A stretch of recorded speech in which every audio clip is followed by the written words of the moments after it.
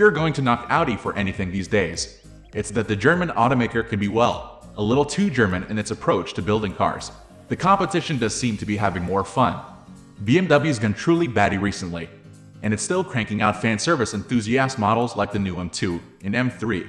Mercedes takes itself pretty seriously, but it also does bait wagons with drift mode, and drunkenly tosses Formula 1 powertrains into its Project 1 hypercar. Audi puts out some supremely competent vehicles, but outside the RS6 Avant and the R8, it's been missing that spark, that excitement, that intangible thing you feel when you slide behind the wheel and just know the people making this thing were having the time of their lives. But even Audi knows its Nietzsche-like pursuit of the Uber Auto isn't everything, which is why the new 2023 Audi RS5 Competition was born. In a rare moment of candor, Audi straight up admits that loyal customers have complained that the regular RS5, available in coupe and four-door sportback flavors, just isn't emotional enough. Its solution is to make the car a little less perfect and a little more personal. 15 pounds of sound insulation have been yanked from the firewall. For example, while three-way manually adjustable coilovers let buyers tinker with the setup themselves to find their ideal ride, not that of Audi's engineers. The normal RS5 is no slouch.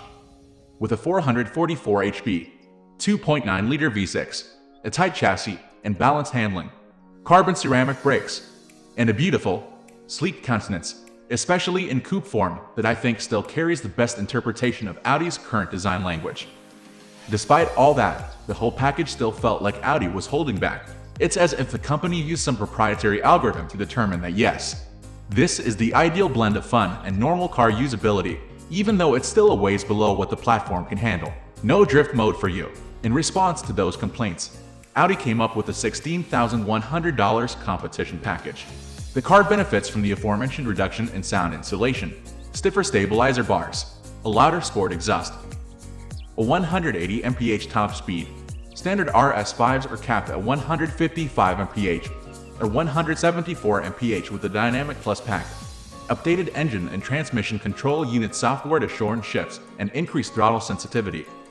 And new 20-inch wheels that are 4 pounds lighter apiece. New Pirelli P0 Corsa tires specially developed for the car, also an option.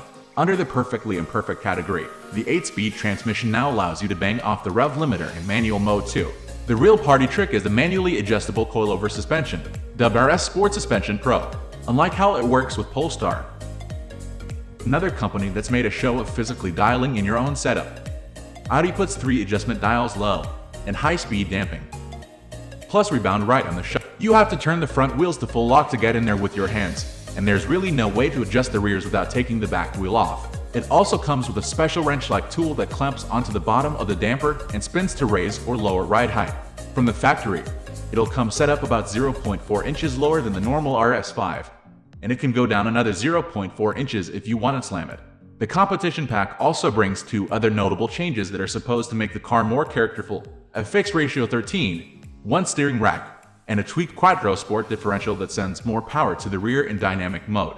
And an Untitled. Doing away with an adjustable ratio rack makes the steering more direct and predictable at the expense of optimizing your every twist of the wheel, while the diff adds more RWD character in a performance situation that dials back the neutral handling typical of AWD cars. It's not enough to easily slide the car on command, but it does feel looser, in a good way, and more playful. I put the RS5 Competition coupe through its paces on the private Ascari racetrack in southern Spain, plus a number of hilly B roads crisscrossing the olive orchards and holly oak tree stands stretching out over the dusty Mediterranean landscape.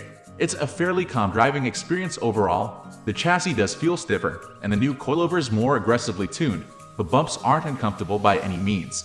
It is louder in the cabin, but the 2.9-liter twin-turbo V6 is still pretty quiet overall until you get into the throttle.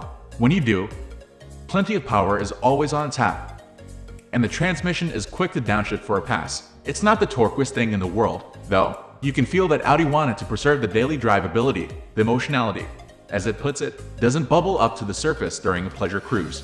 The fixed ratio steering is still way too light and uncommunicative, for example, but I'd commute in this any day. It is, by any straightforward definition, an excellent car. We are going to end this video right away. If you have any query or information to share, please leave a comment below. Thanks for watching.